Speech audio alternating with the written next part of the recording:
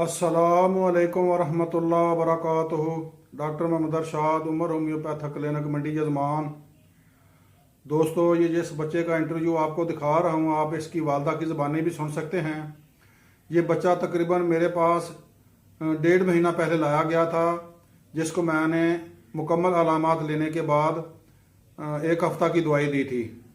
तो 1 हफ़्ता दवाई खाने के बाद ये लोग तकरीबन मेरे पास दोबारा 1 महीने का वक्फा करने के बाद आए हैं और इनको बच्चे में कुछ बेहतरी नज़र आई। अल्हम्दुलिल्लाह बच्चा बोलने की कोशिश कर रहा है और खड़ा होने की भी कोशिश करता है। इसके बाद मेरे यूट्यूब चैनल पर दूसरा केस है मिर्गी का, एपिलेप्सी का। तो वो बच्चा भी अल्हम्दुलिल्लाह बिल्कुल क्योर है। किसी भाई को शक शुबा हो तो वो आकर देख सकता है, मैं उनसे उनकी बेलमुशाफा मुलाकात भी करवा दूंगा। आप अगर इंटरव्यू उनका करना चाहें तो वो भी कर सकते हैं।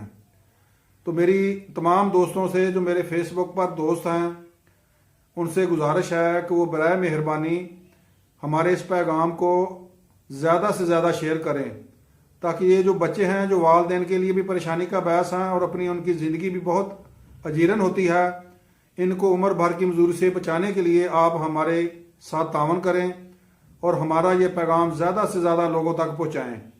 आप एक दफ़ा होम्योपैथी को आजमाएं तो आप अपने बच्चों को जो थैलेसीमिया के मरीज़ हैं इनको हमारे पास लाएं, इनकी रिपोर्ट भी साथ लाएं। इंशाअल्लाह 2-3 माह के अंदर हम आपको बेहतरीन रिजल्ट देंगे। देखें, ये क्रॉनिक मराज हैं, ये मामूली मराज नहीं हैं, इनमें जल्दबाजी से कोई काम नहीं होता। तो आप मेहरबानी करें, ये हमारा पैगाम ज़्यादा से ज़्यादा लोगों तक शेयर करें, ताकि बच्चे उम्र भर की मजदूरी और ज़िंदगी भर की जो तकलीफ़ उठाते हैं इनसे इनको बचाया जा सके। मेरी तमाम दोस्तों से दरख्वास्त है कि वो हमारे लिए दुआएं भी करें कि अल्लाह ताला हमें खिदमत खल्क की मज़ीद हिम्मत और तौफीक दे। और मेरी मज़ीद वीडियो देखने के लिए और अपडेट रहने के लिए मेरे चैनल को सब्सक्राइब लाजमी कर लें और दोस्तों के साथ ज़्यादा से ज़्यादा शेयर करें। दुआओं की दरख्वास्त। अस्सलाम वालेकुम वरहमतुल्लाह वबरकातुहू। की ना है तेरा? हाँ? ना तो अपना सही दसदा नहीं यार। अच्छा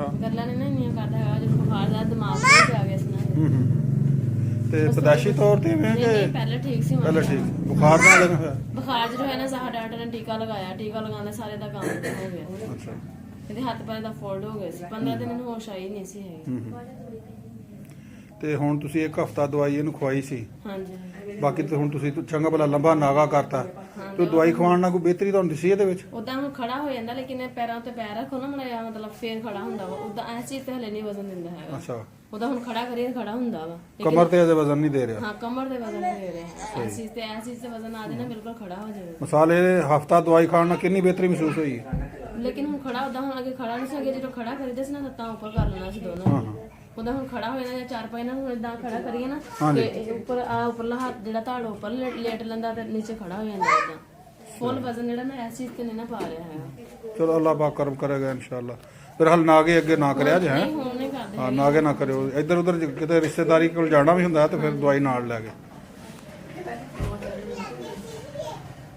ਹੈਲੋ।